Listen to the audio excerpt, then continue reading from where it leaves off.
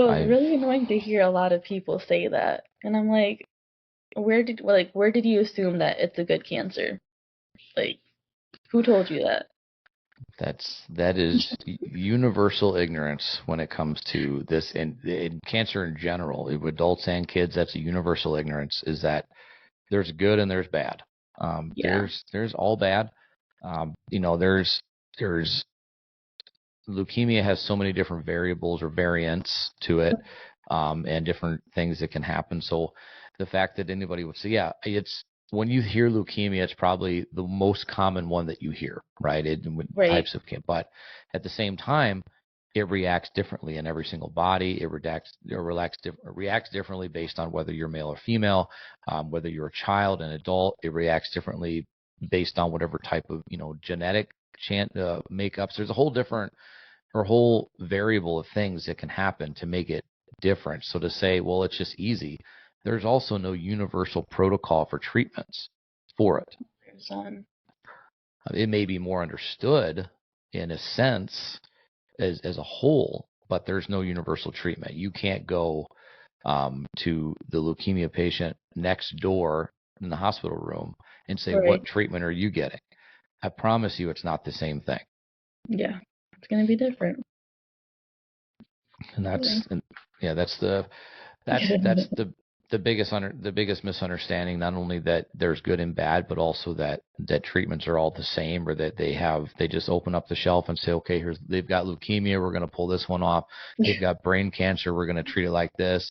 It was that easy. Yeah, maybe one day, but right now we're nowhere near that. But yeah, Definitely. that's definitely I think that's the biggest part of what we try to fight for now is the misconceptions and the misunderstandings, Hmm. of what it is and how it reacts to children versus adults, and that it's different. That's just like another annoying thing, because I'm sure you've heard this too, that only 4% of funding goes into research for childhood cancers and like the drugs that they can use for children and things like that. I'm like, there has to be more. Right. Like, why is it only 4%? Why is it so little? It's like, why? Yeah, it is an unbelievable slight on an entire community. And there in the U.S. right now, there are 73 million children or kids under 18 years old. So there's 73 million people that are affected by a 4% government funding. And when we were Hmm. in D.C. last year, they were boasting the fact that they'd gotten it to 8%. That still sucks. We're in single digits. Right. And a lot of, if you look at it, a lot of the research that goes into adult cancers, the findings that they're using are coming from research into pediatric cancer. So essentially, we're funding and we're pushing the research into adult cancers, and they're getting 90 plus. We'll give them 10%. They're getting 90+% of the funding to Right. them. And there's a lot of different areas that this funding comes from when it comes to adult cancers. It comes from the government. It comes from the DoD, which I still don't understand. It comes from different areas. But when it comes to pediatric cancer research, I would say that a majority of the funding that comes from that is from organizations, is from small organizations, private donors. We're carrying the load here. We're carrying the Right. weight of that when it should be the other way around. And when they are talking about, well, we got it to 8%, that blows, man. It should be 50-50 at a minimum.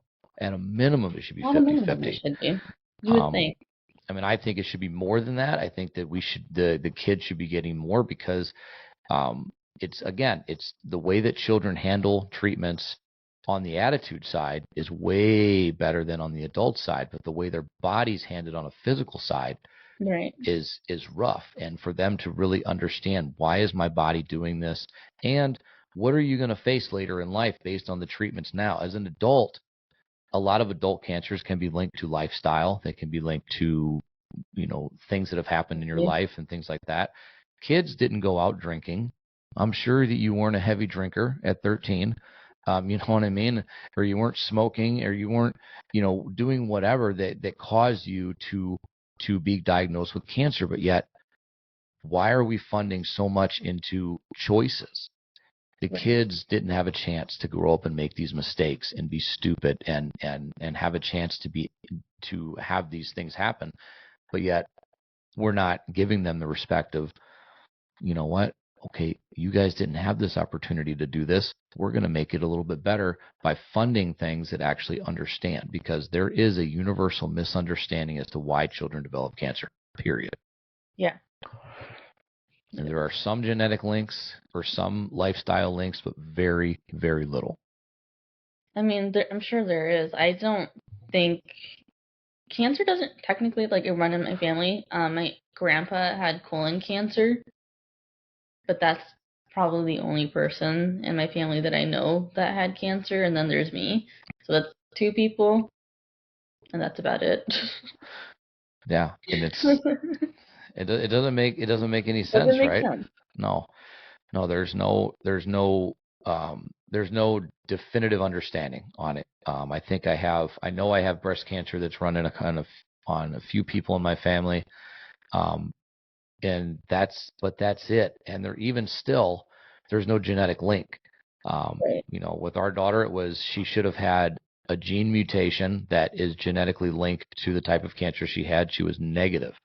And there was Yeah. one other thing that should have happened, negative on it. So she was a complete, in her life and in her diagnosis, a complete unicorn. Wow. It made no sense at all. And that's the thing. Why we don't understand it. If we don't understand it, we don't know how to fix it. And if we're only throwing $250 million a year at it, which it seems like a lot of money, but I mean, that's garbage. That's chump change. I'm like, in comparison to other fundings, that's not anything. That's nothing. Yeah. Nothing No, at all. it's definitely not. It's definitely not going to make it. We're not going to change anything anytime soon with that little amount of funding that's going towards it. And um, it's and I've always said too, on the political side, if you get into that, it's not a D or an R. It doesn't matter to me who's running the office or the country. This is the most nonpartisan, non-biased issue on the planet, which is kids. Yeah. And we need to be taking better care of them, flat out. We need to be giving them the respect they deserve, and we need to find out why our kids aren't living as long and why they're not, and why their survivor stories, the numbers on those are not going up. Yeah. I agree. I agree. That was a lot of serious stuff there. That was. That was a lot of serious stuff. So I'll ask you this. This will be better. So, what type of nursing are you going into? I mean, I would love to go into pediatric oncology. You So you bring it you. full circle. That's amazing. That's an incredible. Like I said before, it takes a special person. Having that specific insight to what it's like and how you can relate to patients, I think will Yeah. be unbelievable. I mean, during my peds rotation, I wasn't on the oncology unit, but there was a patient. He was going through some like other things, but he also had cancer. And just being able to like talk to him about like my experience and like what he was going through, and just to see like that like light in his eyes, being like, oh, like she gets it. It made me feel so good. Yeah, yeah, yeah. Just like being able to talk to someone who gets it. I just That like want to be that person for it them w- too. right, and it causes them to kind of put their wall down. That Yeah, strong because then side that they you're feel a talking little about. bit more comfortable. Because I mean, I certainly did with my nurse Amanda. She Right. was great. I felt completely comfortable telling her everything that I was going through and what I was feeling. Not that I didn't with my other nurses, but the connection that I had with her was just different. Right. Well, that's incredible. Honestly, I think that I've heard a few of those stories, and to kind of go back and turn around and turn your life into giving back to others in a way that you felt the most touched or the most influenced in that journey. So that's incredible. I know that I commend you on that, and I'm sure everybody listening does as well. Yeah, and certainly wish you the best in that endeavor. I think that that's incredible. I'm like very, very much looking forward to it. So I know it's gonna be hard, but I can't wait. I honestly can't wait to start. And how far along are you in that journey right now? So I'm actually done with nursing school. I graduated back in December. I'm just waiting to take my NCLEX, which is the board exam. So like once I pass that, then I can start working as an RN, which kind of sucks because I'm like, I already passed nursing school. I already passed all the tests. Now you're making me take another test. So this is like a statewide like exam. I think it's like nationwide, but I can only take it in the state that I'm going to practice in. So I'm taking it in Illinois. So that's coming up. Okay. It's coming up soon. So hopefully, fingers crossed, I pass and then I can start applying to different hospitals. See No, is what.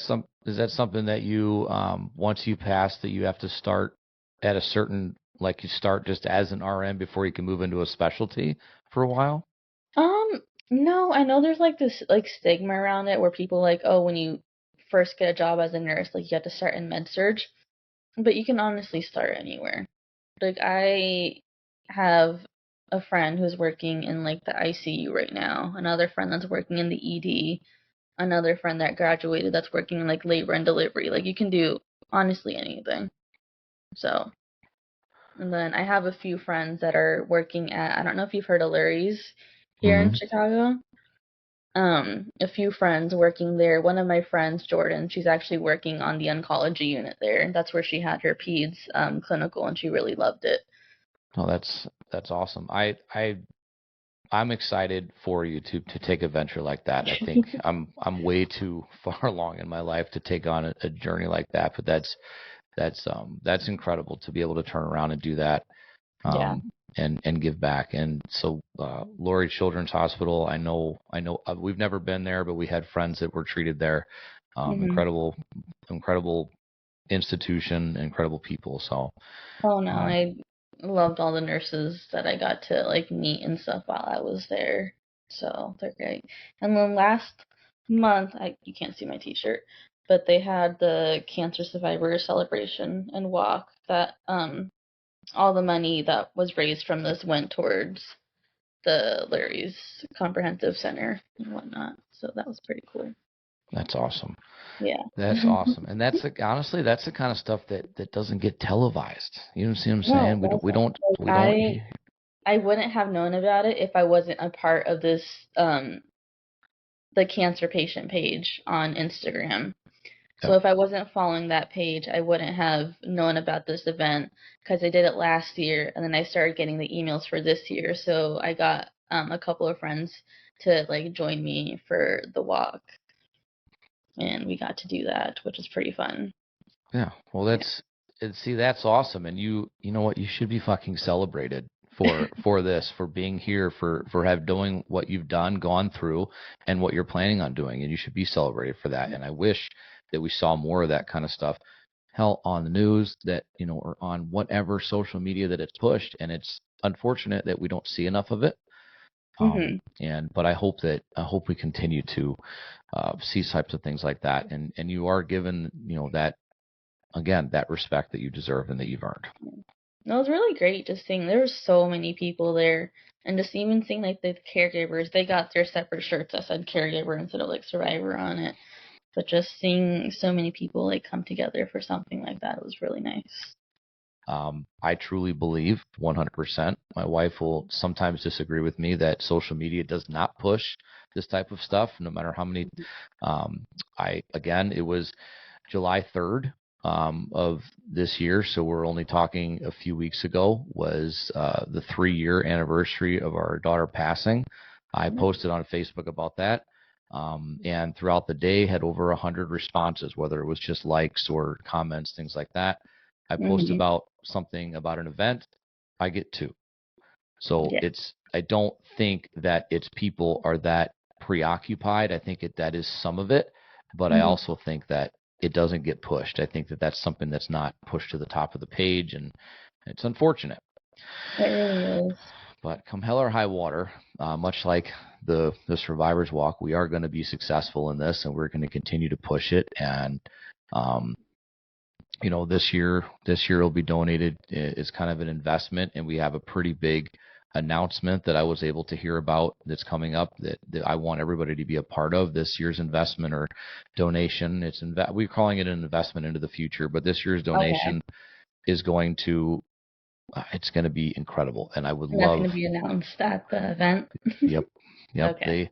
So I got to They be there for that. I mean, we teased it a little bit, but they're going to explain it more, and I'm super pumped because it's one of those things where we knew that we were doing good. We knew that this was a good thing, but I had no idea that it had already created the impact, Yeah. just with the promise of the money that it was going to create. So this is definitely was a really good conversation, and I appreciate what you've been able to share. And I'm so excited for what you'll have for us in the future and to watch. And I hope that we're able to see you come full circle with what your plans are. Hope I can update you guys later on. Yeah, we're again with all of our friends, and I'll shout out to Shelby. All of them know that we are I love always Shelby. we are I've always known her since here. I was like 4 years old. Love She's her.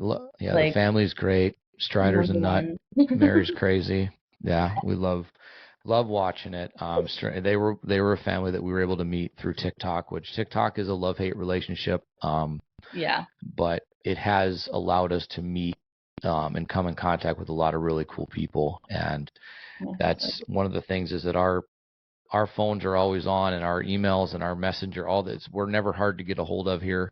Yeah. So definitely, we want to stay on top of what you've got going on, and I'm excited to see what happens and how you get through that, and if you make it to that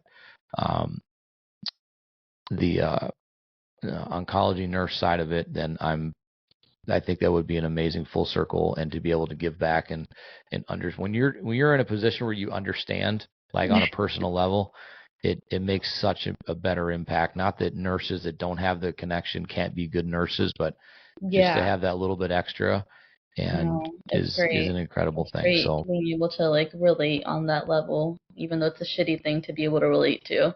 right. It helps. So Yeah, yeah. I always tell people I don't want, when we're looking for support, where we're looking for people to follow us or whatever, I don't want you to understand what we went through. I just want you to listen, and I just Hmm. want you to just be there. You know what I mean? Like I Yeah, don't want just you to there for feel. support. Just like Yeah. listen to what I have to say. Don't offer advice. Right.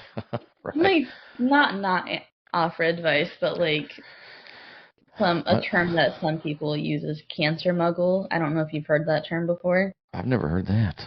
You've never heard the term cancer muggle? No. No? Oh, it's basically like people who think they know about cancer try to like offer you advice, like like the whole cancer or sugar feeds cancer Yeah. I've heard and that.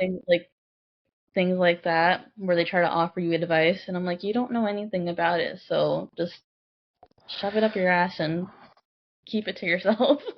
Everybody's an expert, though. Everybody's an expert, and I Not will always. I will say this, that you can say something like there's when you have kids, and they'll say there's no books on how to raise kids. Well, there are plenty of books on how to raise kids, but Yeah.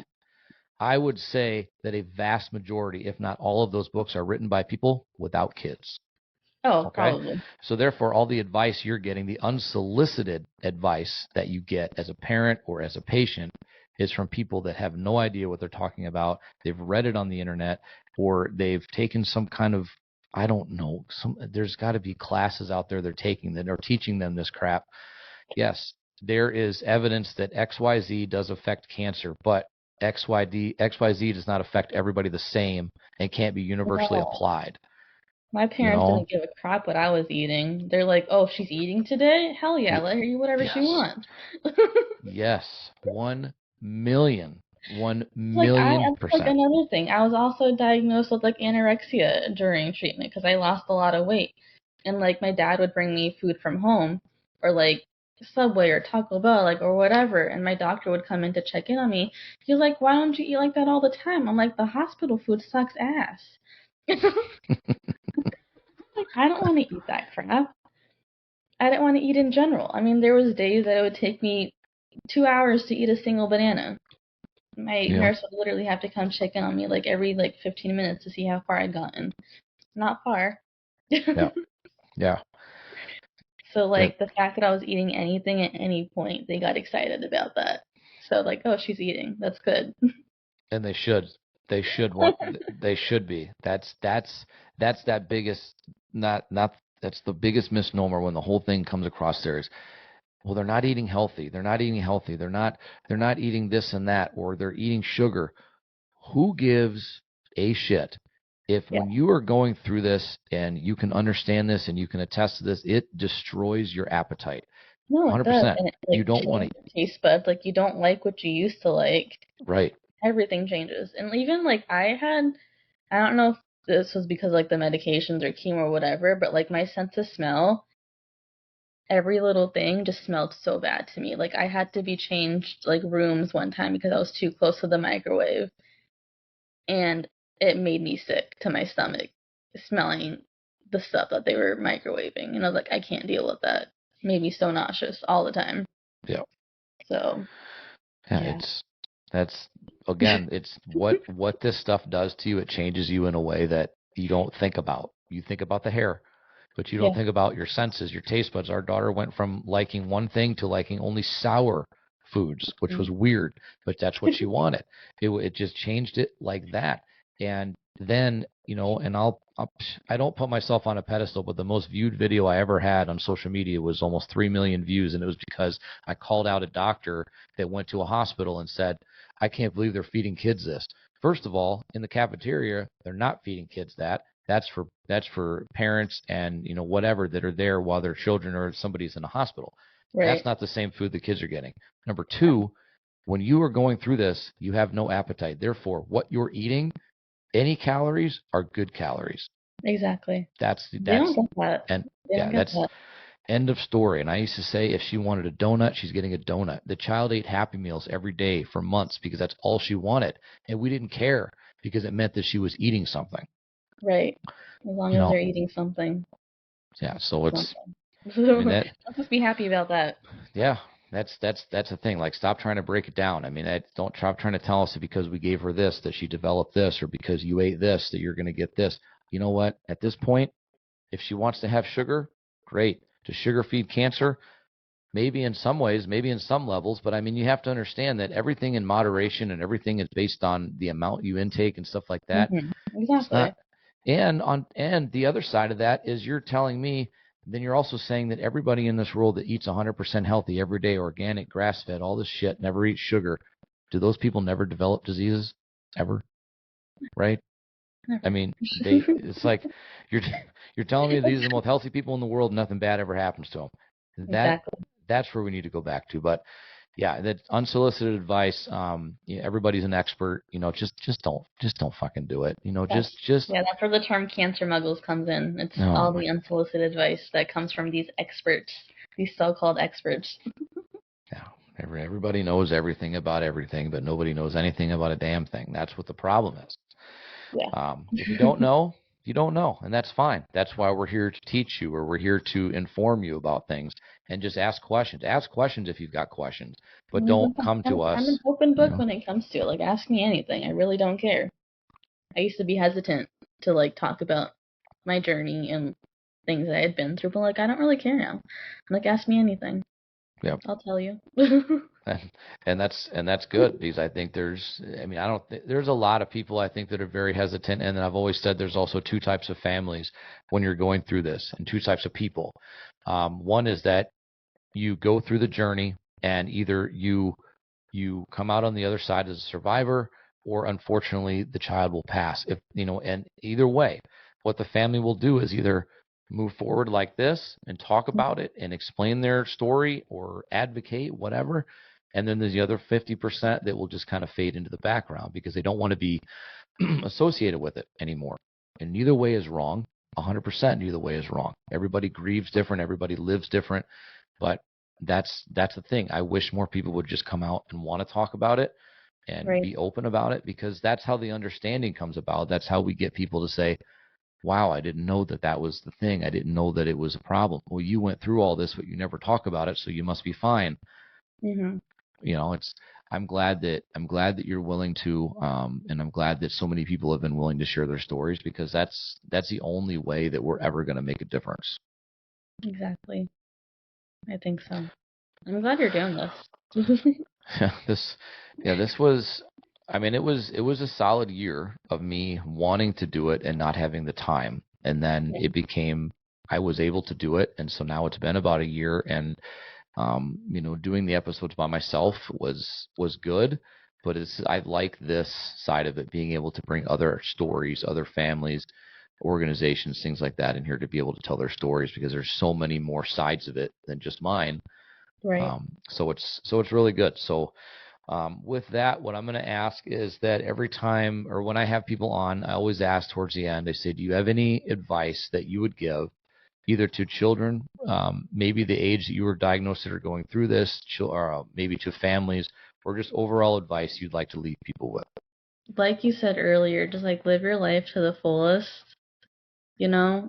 Be thankful for like the people around you, the people that are there to support you. Don't give up. Don't listen to the haters, honestly. People will tell you things while you're going through it, and just don't let that negativity get to you. Because I had a lot of people be like, oh, well, this person had that and they died. Or this person had this and that's how it happened. I'm like, I don't want to hear that. I don't need to hear that. So don't listen to the haters, you know? Yeah, no, that's good, because again, that also goes along with the whole, not only is everybody an expert, but also everybody has some kind of connection, right? Well, my father or my mother or my aunt or my cousin twice removed had cancer, and this is what happened. Well, it's Yeah. not the same, guys. You have an understanding on the cancer level, but when it comes to kids, unless you have a direct connection to it, Yeah. don't compare. Don't compare. Don't Just the best compare thing yeah. my journey to their journey, you know? You can empathize, and you can Yeah. say you understand in that sense, but don't compare it. That's, between that and ghosting people when things go bad, don't do it. Also had some of that. So The support comes and the support goes real fast. it does. It's like they will be there for you like during the hard times and then they disappear after that, or they completely disappear during the hard times and then they kind of try to make their way back in after, and they're like, "Oh, like how are you? How's it Yeah, going?" And I'm like, "Why does it matter to you now?" right, right. And that's, unfortunately, you have to, in this life now, you have to purge a lot of people from it, if Yeah. and because that's negative. It really is negative people that are there for you when times are really bad, and when they get It's like really worse, they want to leave, or when they're like, oh well, you're all good now, right? You ended treatment, and then okay, see ya. And it's It's like like, so it's kind of shitty to see though. It's like those people they do it for themselves mostly because then they'll be yep. like, "Oh, but I was there for you during this time." Hmm. And they kind of use it against you, like I've noticed with some people. I mean, not everyone obviously, but Yeah, yeah. they're there for the wrong reasons, and Mhm. that really is a shame. It really is a shame. And my wife will compare it to, well, once the freak show's over, they don't want to be around. Once the circus is done, they're gone. Hold And on. it's unfortunate, because I know for us, some of the closest people to us that we thought would be there for us no matter what are the first ones that tucked tail and ran as soon as JC passed away. Yeah. And it's like, I always say that even if once a child passes or once you're ending your treatment, that's honestly when you need the support the most, because you're either you're finding a new normal without your child, or you're finding a new normal living on the edge of your seat every day, wondering, is something going to happen? That's Yeah. when we need the support, and that's when they disappear. So Yeah. don't be an ass, and don't Honestly. support people for the wrong reasons and then just leave. Yeah. So there's Just my be there. advice. Just be there for them. Listen, you Yeah. know. All we want is an ear, honestly. What you want. It's like let me vent, let me talk. You don't have to say anything, you know. Just sit there Mm. and listen. That is 100% the best thing that you can do. If you don't understand, if you don't know what to say, if you don't know how to react. Just say, I'll be there for you. You can call me anytime you want. I'll just listen on the phone. Yeah. If you're stressed out, you need me to go get groceries for you. If you need me to watch your kids while you get out of the house for 10 minutes, it's little things like that that we take for granted. That's Yeah. the kind of support you need to offer, not advice, not Right. detailed descriptions on how your family went through it. I mean, that's good to relate, but it's not the support we need, right? We need Right. just listen, just be there. That would be phenomenal. Yeah, exactly. Well, that's what we're looking for, everybody. That's all we need. That's all everybody needs. Don't be a jerk, and just just live every day to the fullest. Live every day without regrets. Live every day like there is no tomorrow, and never be discouraged. Never give up on things. And if you need something, don't be afraid to ask for help. I know asking for help is hard to do. I know we're still trying to figure it out. We all are I raised my kids to be independent, and then to turn around and ask for help seems kind of counterproductive, but we're all just human beings. We're just people, and we all need help sometimes, so don't be afraid to ask for it. That was today's episode. I want to thank you once again for spending some time with me and detailing your journey and just having a candid conversation about what it's like to go through it as a child and now being an adult and getting into your career, which is a full circle from diagnosis day to walking in the first time and being there with a patient that is truly going through the worst time, and you're going to be able to relate to them on a level that I think is going to put them at such an ease. That'll be amazing. I hope so. So I will end it for today, but thank you again for being here with me. And everybody, just make sure that you are supporting the people around you, being there for your friends, and being there for the right reasons. And we will see everybody next week.